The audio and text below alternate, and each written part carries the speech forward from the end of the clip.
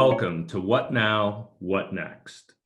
We're coming to you live from Minnesota's Medical Alley, the global epicenter of health, innovation, and care. I'm Shay Mandel, President and CEO of the Medical Alley Association, and today's episode is making a commitment and following through on building a diverse, equitable, and inclusive company. And I am thrilled to have a spectacular group of panelists today who will share their perspectives, their expertise, and their passion.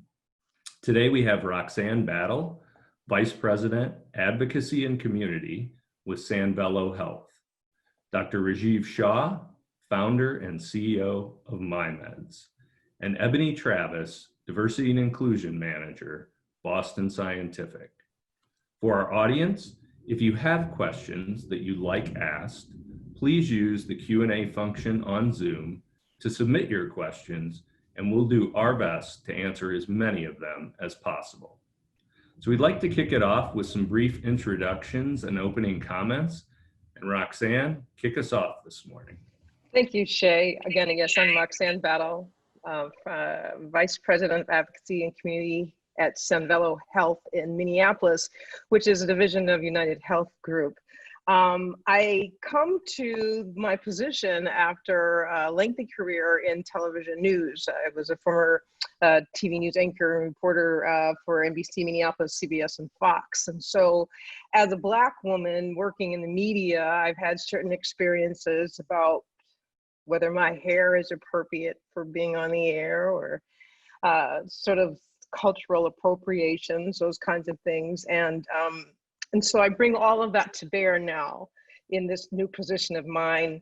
I have been recently tapped to head Sanvello's Diversity, Equity, and Inclusion Committee, which is not an anomaly. There's a lot of Black women heading those types of communities, and I'm curious what my colleagues on this webinar think about that and what steps we have to take just beyond tapping someone to lead a committee.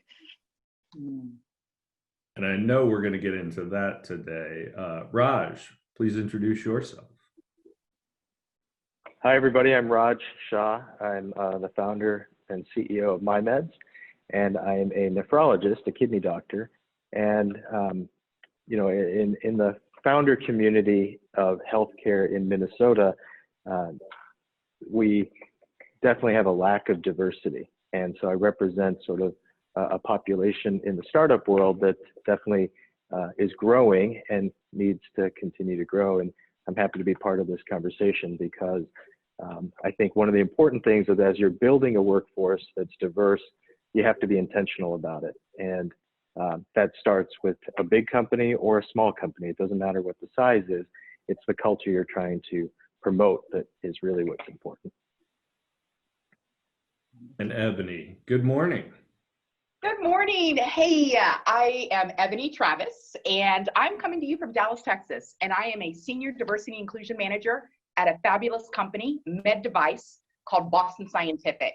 You know, I focus on our multicultural strategy at Boston Scientific, and we focus on designs that really recognize and value a lot of the unique talents and contributions of all our employees globally.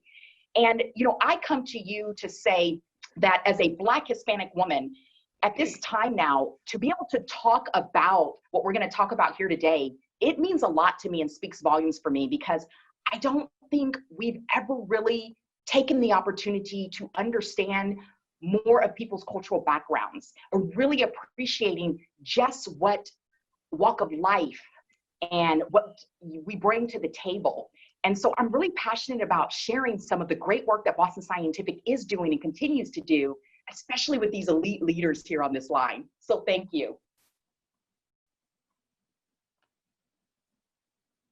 So for our audience, I promise you, buckle your seat belts. This is going to be quite a conversation today. And I want to kick it off pretty high level, but I think it's the really important question that we want to undertake today, which is what does it take to make a commitment to a DEI culture and follow through? And Roxanne, we started with you. Why don't you go ahead and get us started on this? Yeah, you know, Sure. Thank you, Shay. Thanks again. Recently I was looking at the movie The Help, which starred Viola Davis as a Black maid in the South in the 1963. And it was like the #1 trending movie on Netflix like ever when all of this conversation started bubbling up. And it's interesting, Emma Stone's character in that movie, Skeeter, is writing a book about how these Black maids are being treated very poorly by their white employers, the racist treatment that they sustained. And she wants to write a book about it. As you know, the plot of the movie, she calls her editors at Harper and Row, and the editor on the phone, this takes place in 1963, says, well, yeah, we want to run with this before this whole civil rights thing blows over. Well, as we know, it didn't blow over. There was a Civil Rights Act in 1964, and then the Voters' Rights Act championed by the late, great John Lewis in 1965, and on and on and on. So here we are now in 2020 at another inflection point. And what DEI efforts, what's it going to take? It's going to take meaningful, sustainable, and ongoing commitment to these efforts, because as we have seen from history, this is not going to blow over. And so I'm thinking it's got to be inculcated, it's got to be embedded into the very culture of organizations. And coming to it as a Black woman, yeah, I'm passionate about it. I understand that it's a heart issue and a head issue for me, and some people aren't head or aren't heart, they're more head, and I get that. But that's the interesting thing about humanity, is it takes all types of people to move things forward and to create systems and structures and policies that benefit us all. Raj, I know both of you want to jump in. Raj, what does it take to make this commitment and actually follow through?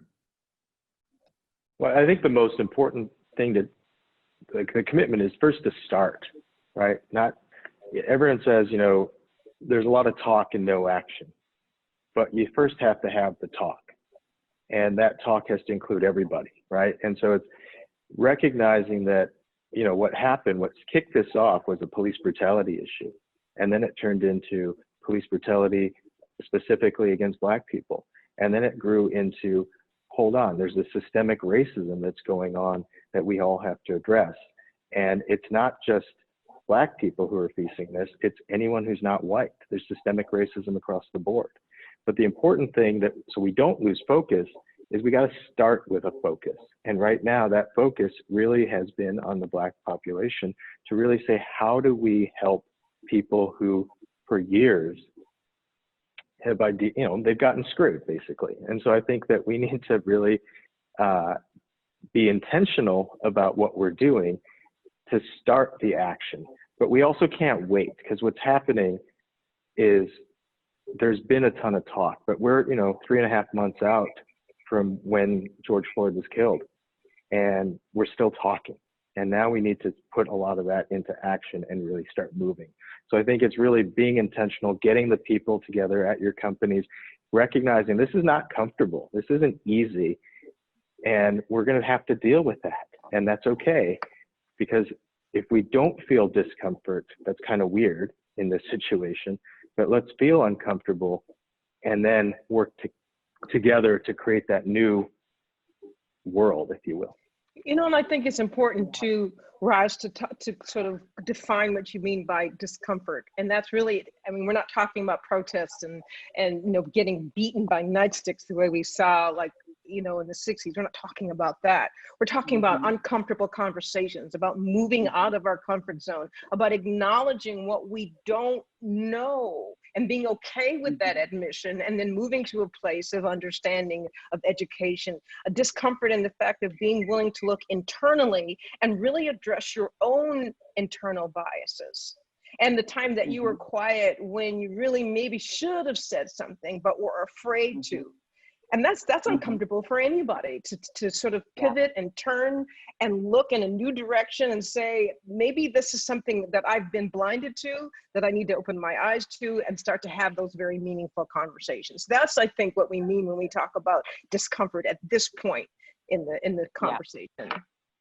And let me add to that. I think something that's also missing, because everything you all have said is spot on, but I think we're also missing the key ingredient. And that ingredient is passion.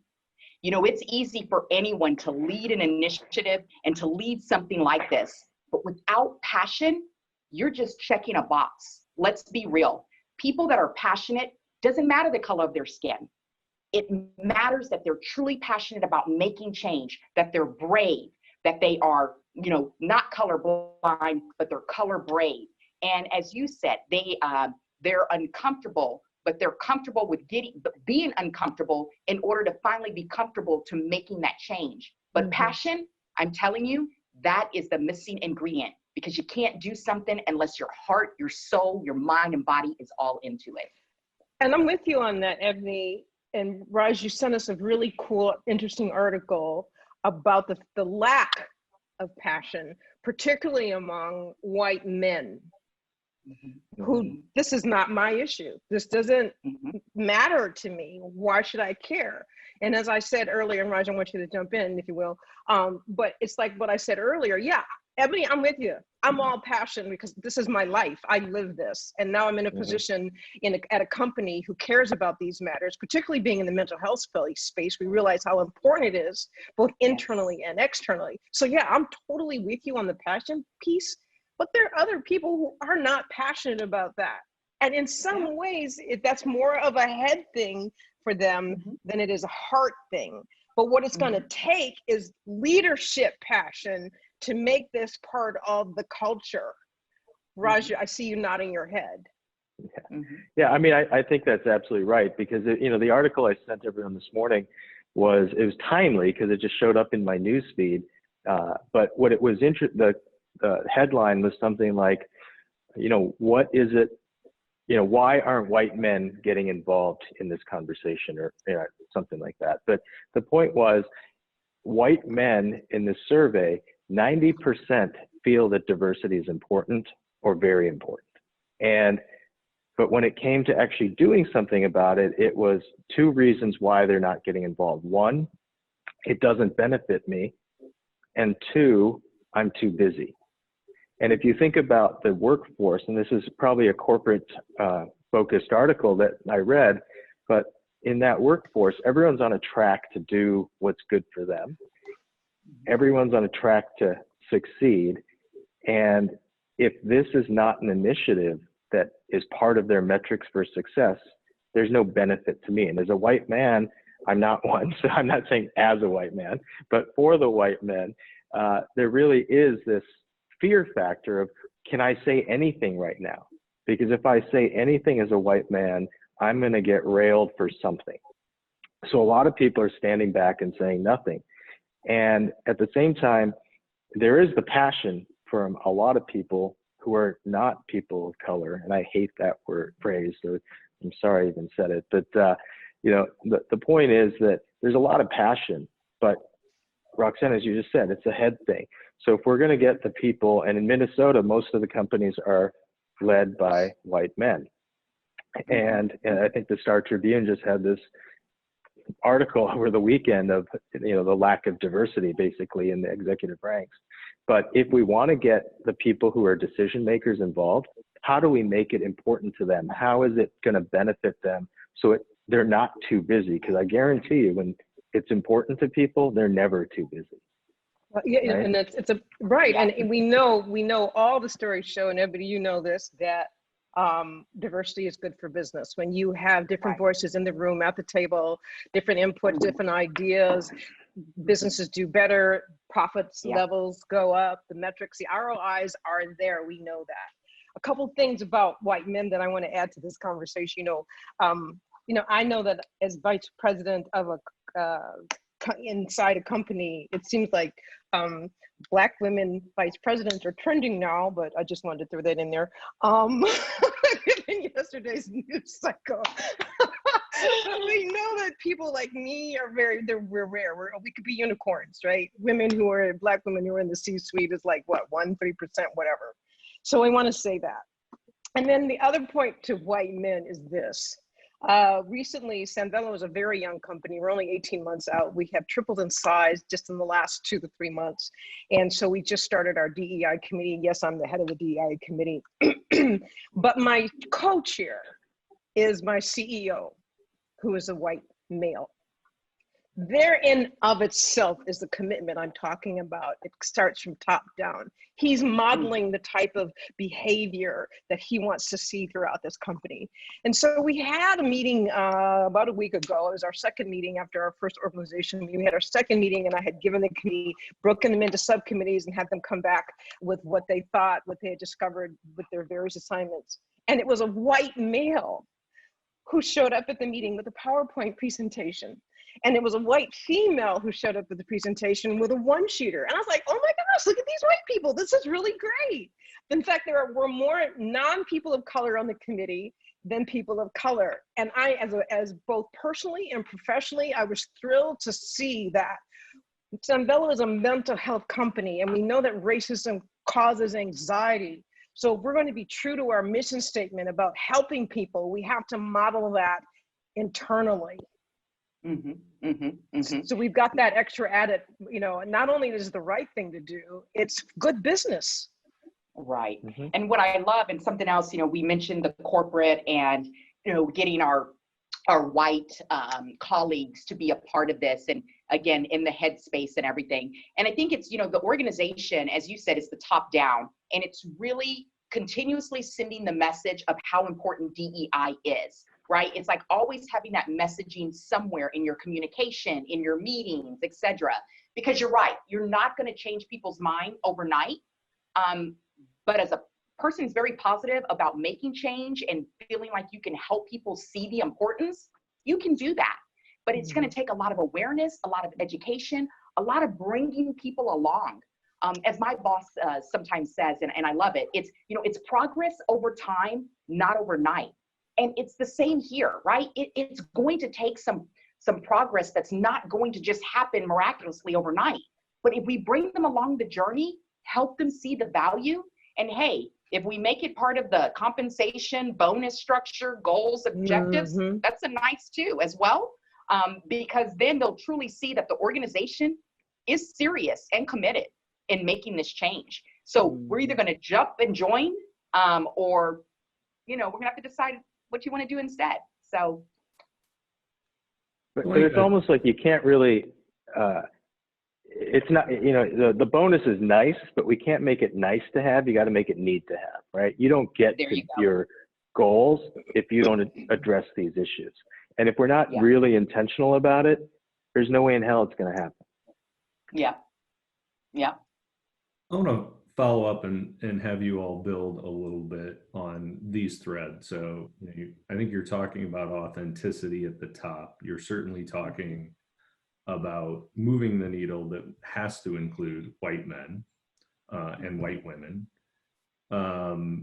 Ebony, you talk a lot about the passion. I think one of the challenges, so I'd like you all to chat a little more about this, is when we talk about diversity, equity, and inclusion, they're very different things. So Roxanne, you mentioned, you know, African-American women are trending as vice president. So I think it's easy for companies to start checking boxes or making hires, which is very different than having an environment where you're really getting the best of a multicultural workforce, as we've talked about. So I think the hard part is the uncomfortability, as well as how do you really change that culture? And I'd love for you guys to jump in on how you change heart and not just minds.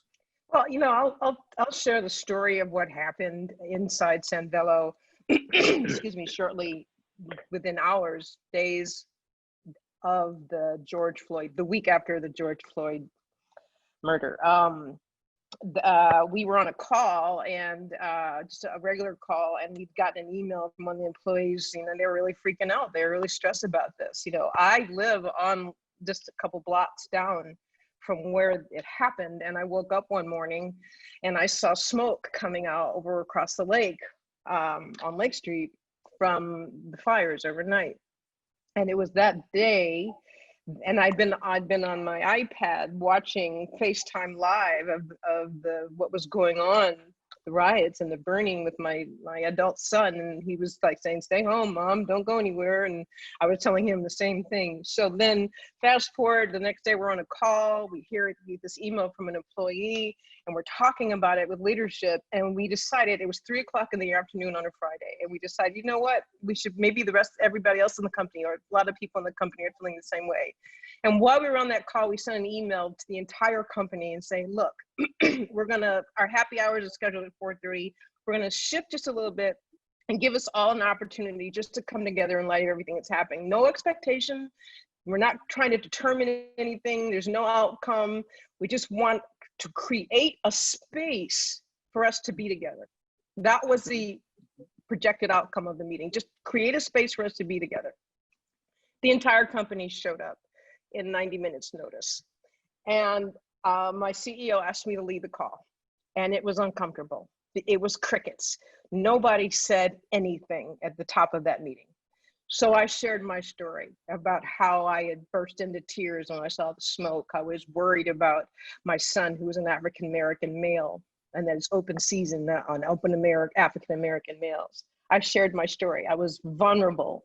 That's the point I want to make. I took the risk of authenticity. I took the risk of vulnerability. And the payoff was, slowly but surely, people on that call started opening up. There were tears.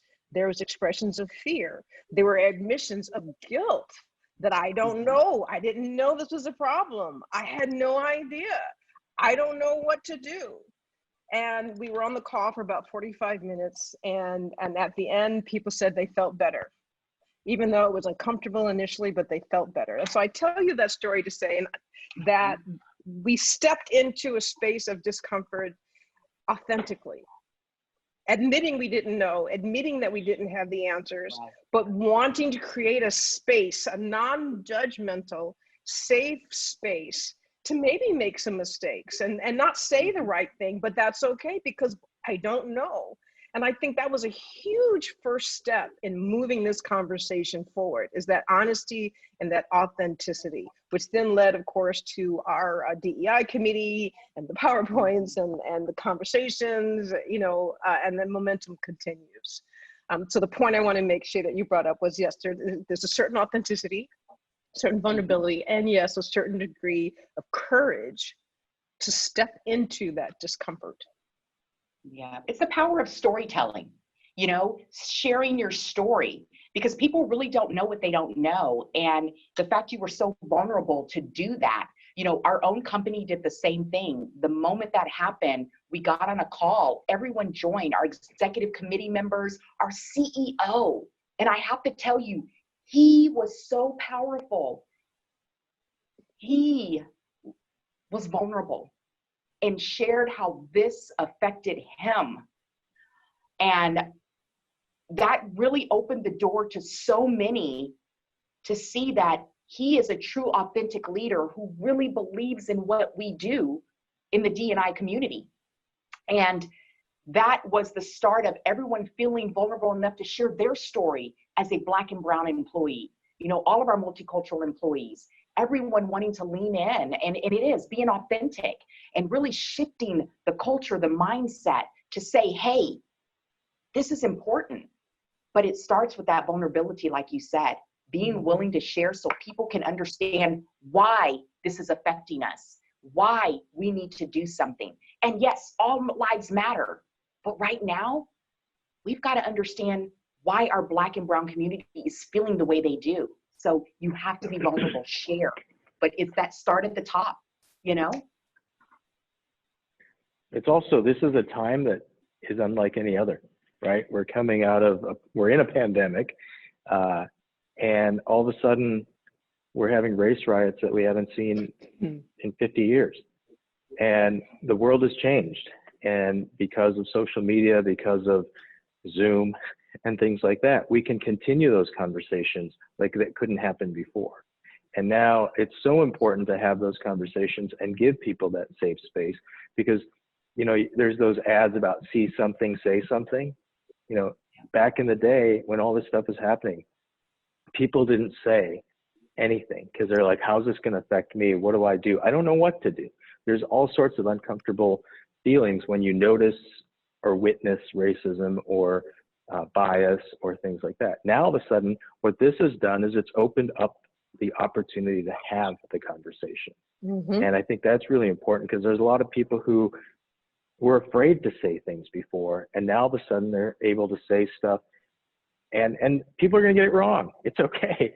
And I think that's the most important thing, is say what you feel.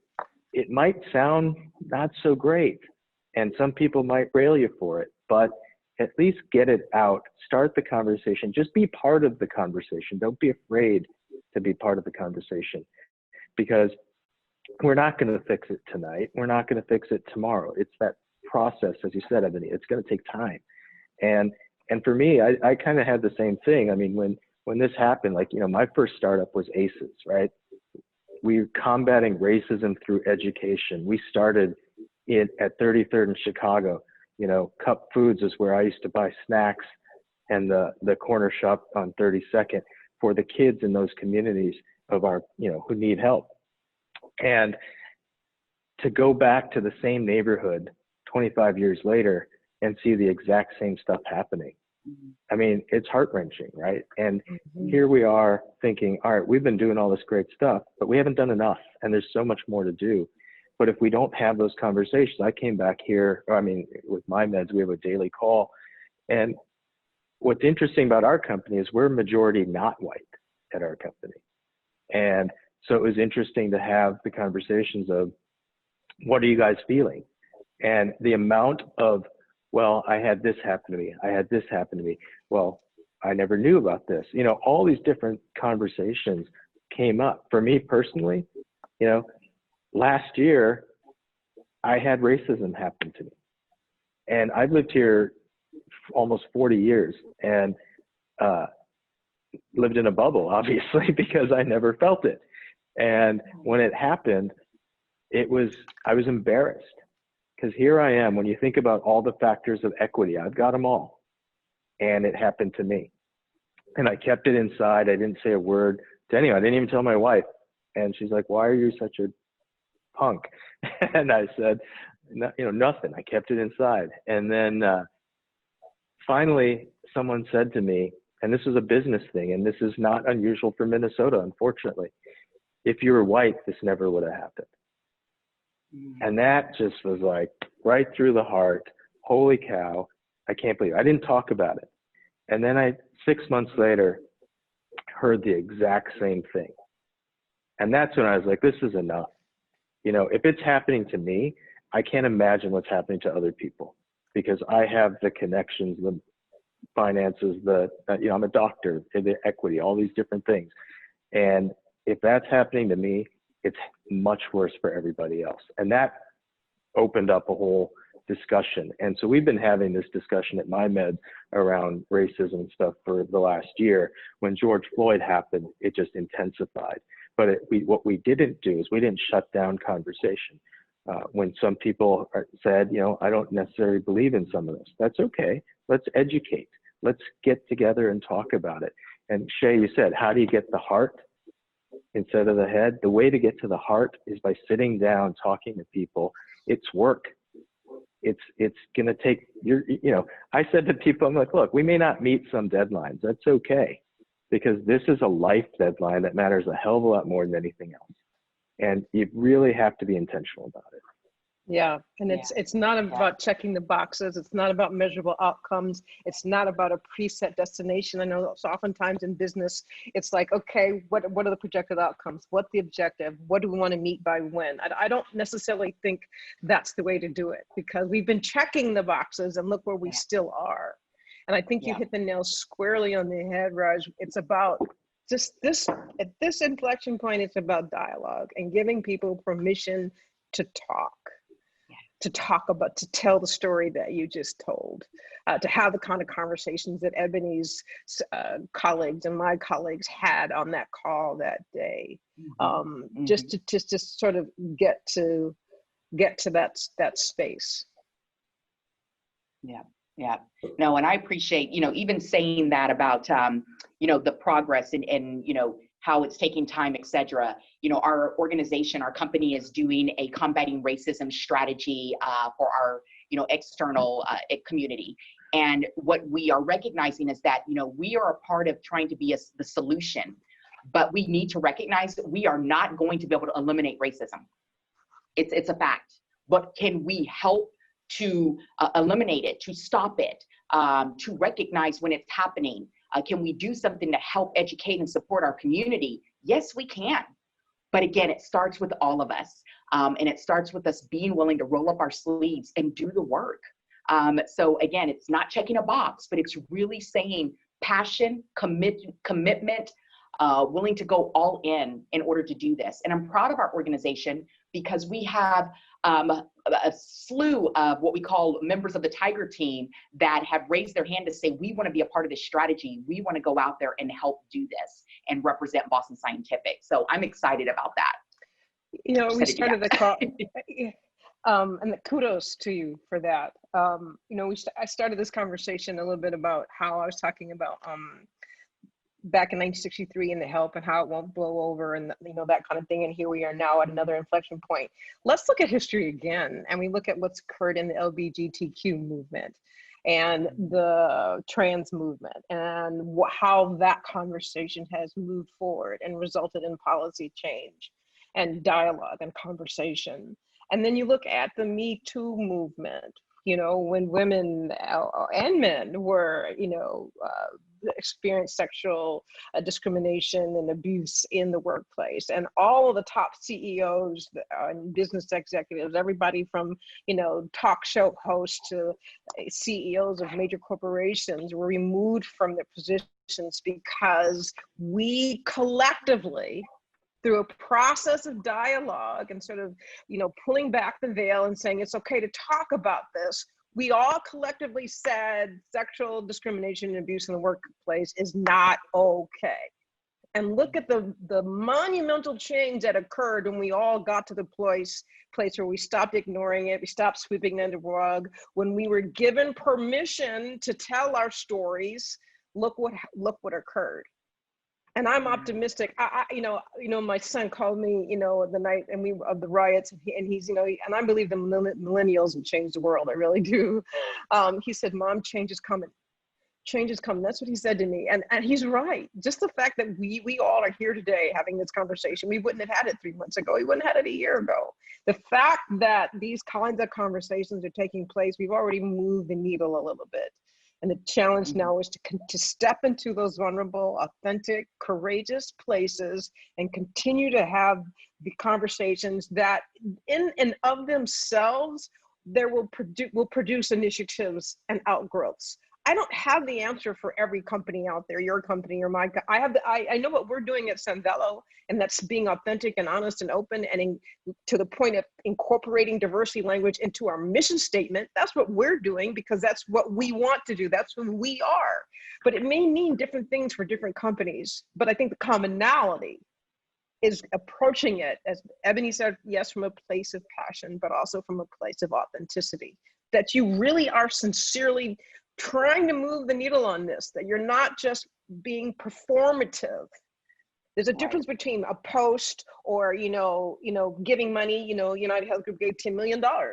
Great, but we're also moving into communities and we help clean the communities up, and we're forming committees and we're having conversations and dialogues. So you're taking allyship and you're moving it into advocacy. That's when you start really moving things forward. I love it. I mean, one thing that I want to say, I mean, when United announced that $10 million, you know, some people said, well, that's not enough, right? You made $1 billion last year, or $5 billion, whatever it was, a lot of money.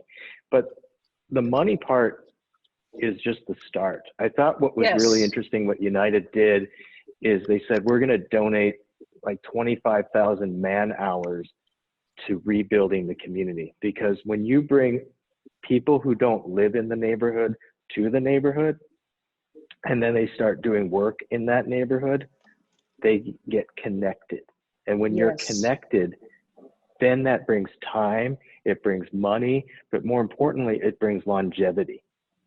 And that's why I had to say what United did was amazing, because yeah, they could have given $100 million, but if there's not the long-term follow-up to it, it's not going to matter as much. So I thought that was pretty cool. That's excellent. And I really appreciate you differentiating there, bringing that out, Raj. You know, and another point, when all of us were talking earlier, you know, you shared the story about the unfortunate racist incident. And I mean, how much time do you have? I could tell you about the incidents that I've experienced, but you said something too that, and I'm also a doctor. And it's like that, there's another point of connection in that when you see a Black, brown person, they're not just a Black, brown person. You don't have to just talk to them about issues of race and equity and diversity and inclusion. They're parents, they're golfers, they're bread bakers, right? Mm-hmm. You know, they're polka dancers, you know. But there are points of connection that we can make outside of the conversations of race that could have the effect, intended or not, of, as you said, creating connections. We don't just have to talk about this to connect with each other. Yeah, and I think by seeing the similarities, yes, I'm a man of color, but speaking Raj, but I'm also a doctor. Yes, I'm a woman of color, but I'm also a mom, right? And we all of us have pictures of our loved ones on our desk. You know, we all take vacations. So there are lots of common touch points that we can connect on as well. Yeah, I love it. I'll let's go a little, I'll say next level uncomfortable. So I'll ask each of you, you're one-on-one with a middle-aged white male leader, can be the CEO. And I know, you know, at Boston and San Velo, this isn't the issue. And the person is saying, look, I'm realizing I don't know what I thought I know. I want to have an organization that benefits from diversity and that is inclusive, and I am afraid. I don't know how to start the conversation. It's true. I have an African-American woman who heads our DEI initiative, and you know, I thought that was good. I feel like I'm an authentic leader and vulnerable and all of those things before this, but now I don't know what to do. I don't know how to create the space. I mean, what would you advise that person? Because again, you know, in our audience, I think there are lots of those people watching, and Raj alluded to it earlier. People don't want to make a mistake. So how do you help? What would you tell that executive to get over it and move forward? I would point to a current event. I'm a newsie, so I'm always looking at the news cycle. You know, Elon Musk, the CEO of Tesla, I got that right? Yeah. Sent a rocket ship into space. He is not a rocket scientist. He does not have an aeronautical degree. But he knows people who do. And collectively, they sent a rocket ship into space. So what I would say to that CEO is that in the admission as an authentic leader that you don't know, therein lies the authenticity, in saying that you don't know, and then surrounding yourself with people who do, and also taking the initiative to self-educate. You know, there's just like, you can go on any social media feed, read any blog post, and there's going to be just this litany of books to read and of people to follow and voices to amplify.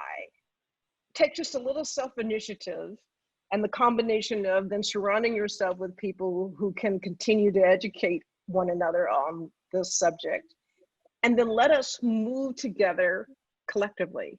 To me, that's authentic leadership. Yeah, and I love this question because that happens all the time. You know, I have many white leaders that come and say, Ebony, I need your help. I'm lost. And exactly the things that you said, Shay. And I say, let's talk about it. Let's unpackage that for a moment. Let's talk about what you're feeling, because I want to get to know the individual and really understand why they're feeling this way. What makes them feel like they're not prepared, so that we can take a journey together and talk it out. And then, you know, allowing them to ask questions that they're uncomfortable probably asking someone else. you know, because a lot of times I know many of the leaders that are asking me the question. So they'll ask me questions like, well, for example, Ebony, do I call you Black or African American? And I'm like, well, I'd like you to call me Ebony, but I get where you're coming from. So, you know, I'd like you, you know, I'm Black. And I share that as an example because they don't know, right? You don't know what you don't know. And the first step is admitting you don't know what you don't know. And Right. give yourself permission to be okay with that, because we're all learning. And so I help them feel comfortable with understanding that they're not alone, because we never want people to feel like they're alone in this journey or they're alone in how they're feeling, because there are a slew of people who don't know how to have the conversation, who don't know where to start. And it was just like you said, it's self-education. It's surrounding yourself with people to learn, and learning from the Black, brown community, but even learning from your own white community, right? Because you all need, we need to all educate each other, all educate ourselves. And I think the other thing, like you said, is you're being authentic by admitting what you don't know. You're being authentic by asking the questions, taking the opportunity to learn, and then unpackaging all that and recognizing and realizing that you can do this. I'll share one more thing that happened. I did have a white leader say, well, I'm not going to have any conversations with my group because, you know, I have all white employees. So I know it hasn't really impacted them. So I said, let's talk about that for a moment. How well do you know your people? Well, I know them very well. I said, really? Well, did you know that Jane Doe is married to a Black man? Right. They did not know. I said, and did you know that so-and-so is married to a police officer? Well, how do you know all this, Ebony? I said, because I get to know your people. You have to get to know your people, because guess what? It is affecting them. And so we don't know unless we actually have the conversation and get to know our people. And so I share that also to say, when people say it doesn't affect them or they know their people, you really have to dig a little deeper and say, how well do you know them? So I share that as well as just another example. And I would just add one more thing that, you know, echoing the most important thing is it's okay, when, you know, sitting down one-on-one, it's okay to say, I don't know. That's, you know, in medicine, it's one of the most important things. When you have a doctor who says, actually, I don't know, but, you know, I'm going to go look it up and I'll get back to you. It makes you respect that doctor a lot more because they're being honest and they're not trying to just pretend like they know everything, although some do. And, you know, but I think the other part about this is that what I would say, and I've heard this a lot, like, you know, even yesterday, someone's like, you know, talking about, you know, I'm so racist and this and that. And I said, actually, you're not. You have biases, but that doesn't make you racist. And the other part is it's okay to be white. You didn't choose it. I didn't choose my skin color. No one else chose their skin color. So it's okay to be white and it's okay to have biases. It's now, how do we address those things together? And, you know, if we're talking to the CEO or the leader or whatever, it's what do you do with any other problem? You identify the problem. And then if you're not the expert on it, you surround yourselves with the experts. And when you get your experts together, that's how you get knowledge, you synthesize, and you make a plan. I mean, that's what I would say to answer your question is, first of all, it's okay to say I don't know. It's okay to be white. Don't apologize for it.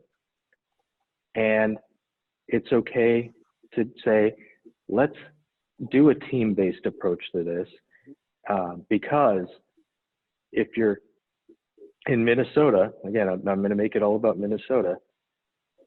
If you're Black, if you're Asian, and when I say Asian, you could be Hmong, Thai, Vietnamese, Lao, Indian like me, Chinese, Japanese, whatever it might be. Everyone's got a story, and listen to that story. And you know, some people would say, you know, everyone's saying Derek Chauvin, the guy who killed George Floyd, racist to the core. And then some people say, but he can't be racist, his wife is Asian. You know, it doesn't matter. There's still feelings of things that you have to address. And so I just, what I would say is those three things is just, but really focus on, You don't have to apologize for your skin color because you didn't choose it. And what you have to apologize for is if you're a racist dick, excuse my language, then you need to go. But like, that's what I think is important too. I want to pick up on that. That's really great. You know, the thought just came to me that, you know, people think racists are bad people who kill people and wear white hoods and say awful things. Racism is a spectrum everywhere, everywhere from bigotry to internal biases. And those conversations that we have will help us to locate where we are on that. That's just one thing that, I mean, people seem to think that, you know, Ibram Kendi in his book, How to Be an Anti-Racist, says racism is not who you are, it's what you do to one degree or another. You know, whether you're racist, as you said, you know, blah, blah, blah, or if you've just got these internal biases that are sort of bubbling up underneath. It's not who you are. That's not your identity. You're not the boogeyman. It's the action and the behavior that defines racism. I think that's an important distinction to make. And then your other point about, both Ebony and Roger point about not knowing, and there's no shame in that game. There certainly isn't. And to give the point of vulnerability, and I personally speaking, you know, I've spent the bulk of my life as a journalist, my adult life. I've been in front of the camera since I was 18 years old. And, you know, people would come up to me in the grocery store and ask me what the weather's going to be like, or they'd ask me about the latest political poll, or they'd ask me what the latest and the most breaking news story. And I'd say, I don't know. And they say, what? I thought you're a reporter. You're supposed to know everything. I said, no, my job is not to know everything. My job is to find out. And if you'd like to continue this conversation, give me a minute. And we can talk, you know, we can talk again. And to this day, that's what I do. You know, I'm not a psychiatrist, a psychologist, not a clinical social worker. I'm a journalist working in the mental health field, helping to tell the stories of mental health to make them accessible to people. And every day I step into spaces that I don't know about. But give me a minute. Give me a minute. I'm going to figure it out. And I'm going to bring my unique skill sets to bear to help you understand this and move forward. So, you know, I'm living the mantra that it's okay not to know. I've lived it my whole life and I've built a career on it. You know, so all those books you see back there are testament to that stuff. And then lastly, to Ebony's point about what do I call you? You know, Black, brown, African-American. And then this whole thing about BIPOC, you know, Black, Indigenous, people of color, it's controversial because people are saying, I don't know if I want to say that or not. And I like Ebony's approach where she said, you know, it's like multicultural. That's what we are, you know. I mean, multicultural. People look at me and think I'm biracial. I'm not. Both of my parents are African American. And it's okay to ask people. It's okay to ask people respectfully, you know, what would you like to be called? You know, and it's just scary. I get it. Yes, it's okay to be white or non-Black or brown. And it's scary to step in these spaces that's never been called upon you before, but it's necessary. And lastly, I feel, and I have experienced, particularly in the short experience we've had at San Bello, that when you create a space for people to step into, they accept that invitation. They want to talk about this. Good-hearted people who are seeking humanity for what's best for humanity, who are seeking the common good, want to be invited to the table. They want to have an opportunity to talk about these things. So I just wanted to kind of make those observations based on everything that we've been talking about here on the call. And something I thought of when you were speaking, and I jotted it down real quick, is, you know, when it comes to, you know, race, color, and, you know, having people understand, recognize, and feeling comfortable, you know, we have to be, and this is Melody Hobson, who I just absolutely love. And she has this colorblind, color brave segment she's done many years ago, TED Talk, everything. And I love the three things that she says is that we have to be curious, meaning, you know, we got to ask questions, Yes. right? And we need to be forgiving, right? We need to be forgiving and believe that people have good intentions. Yes. But we need to be bold. We need to be bold in making a commitment in doing what we're doing. And again, this is for everybody. But that is what being colorblind, color brave is all about. Being curious, being forgiving, and being bold. And you made me think of that as you were talking and giving your points there. So thank you for that, because it just gave me even more energy.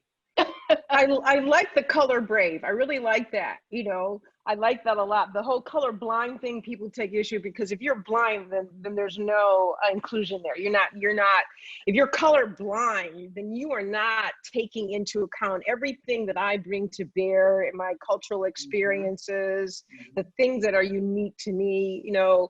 And Ebony, you make, I mean, I love the brave thing, you know, and like when you were on the call and you shared, and I hope you don't mind me reiterating the fact that, I think you said it, you're a Black Hispanic woman, right? So I can't be blind. I see you as a woman of color, and then through dialogue, I learned to appreciate your culture and who you are uniquely. And I wouldn't be getting into that space if I were color blind. We're able to celebrate people when we're color brave, and I love that. Yeah. If we think about, you know, also as we're building teams, I'm kind of taking this in a different direction. So, but I mean, if we're thinking about companies and how we're going to be color brave and build leadership teams and things like that, right now, if you look around at most of the companies, they think they're diverse when they've got one person in the executive suite. And that one person will probably be in HR or diversity or something like that. Do you know what I mean? And I think that we have to recognize that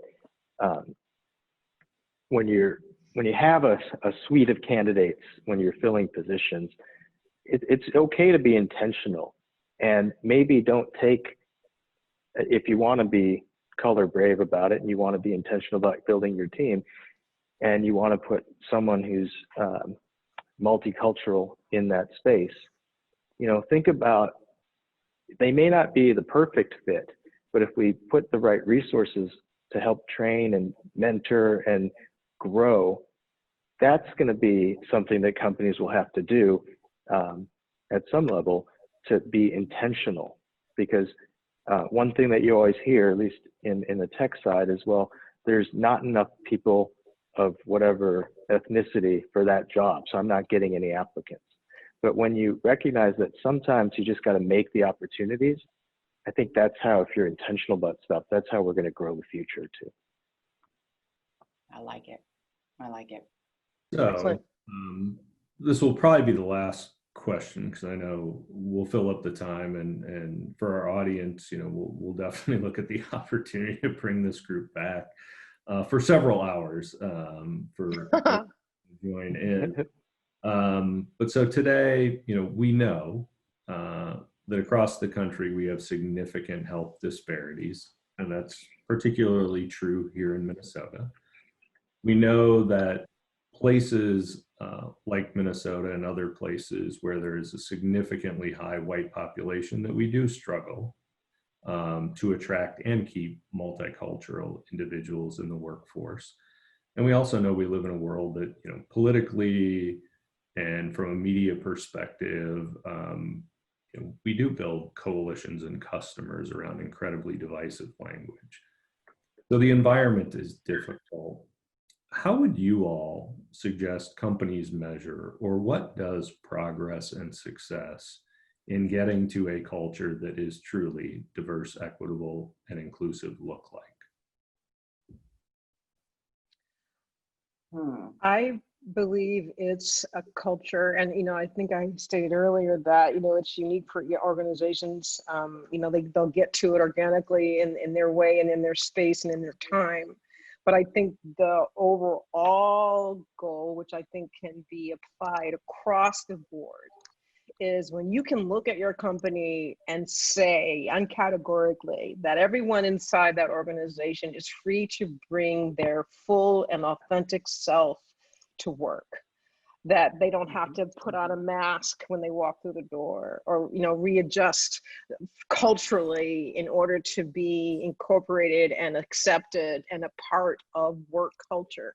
where people are free to bring their full, authentic, creative skills, ideologies to work and be who they are. Then you have achieved diversity and inclusion. And I will second that. It's really about if people can show up every day being who they are, no matter what walk of life they are from, and they are proud to represent their company. I've been with my company for 23 years. I couldn't be more proud. And I am a hyper energetic, happy, always positive, ray of sunshine kind of person. Can be annoying, but you know what? I get to come to work every day being who I am, and I love it. And that is how you know that your company is doing all the right things, especially when we do surveys, things like that, that reach out to our employees to really do a pulse check to see how they're doing, get their feedback. Because remember, feedback is a gift, and we can't make progress unless we know we're hearing from our employees directly so that we can make the change. Oh, I'm gonna mute some people.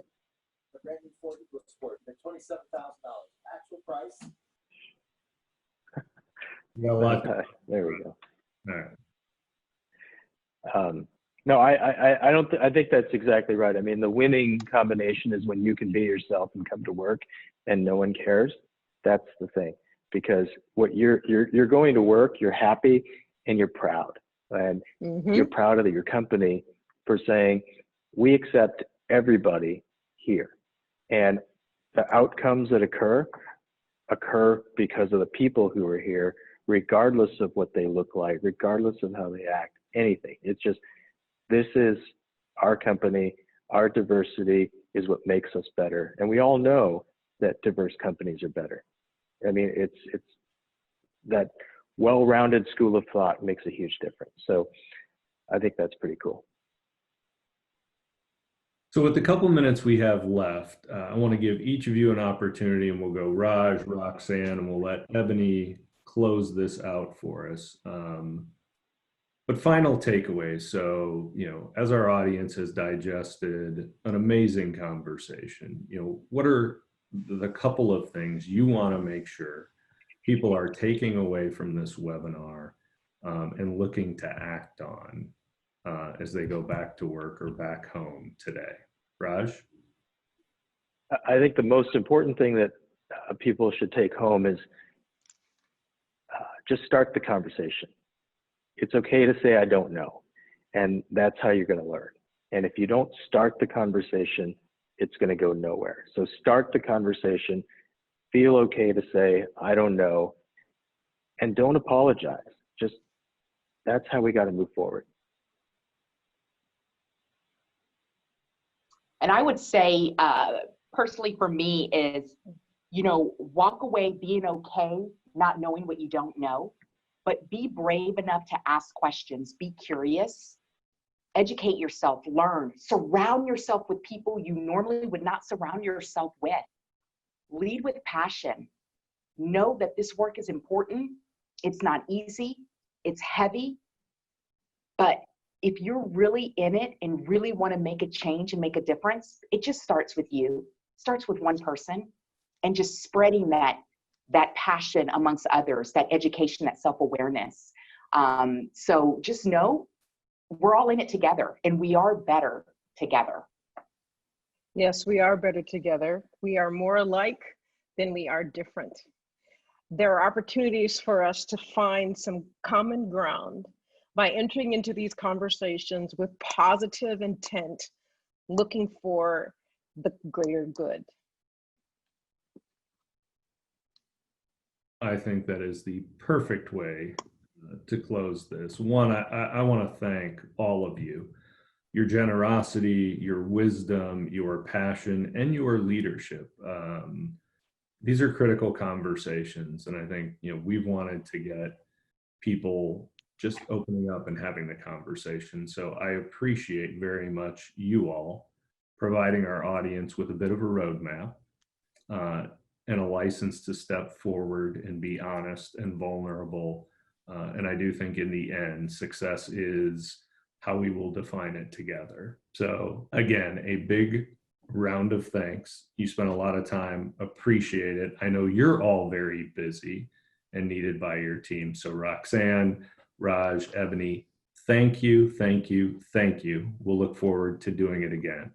And for Sure, our thank audience, you. Thank you. thank you. Please continue to visit us at medicalalley.org. You can follow this series, What Now, What Next, as well as our Bringing the Future Forward series, where we will continue to engage in the topics most relevant to healthcare, changes in our world today with leaders like the three you've seen today. Everybody have a great day. Have a great Medical Alley day.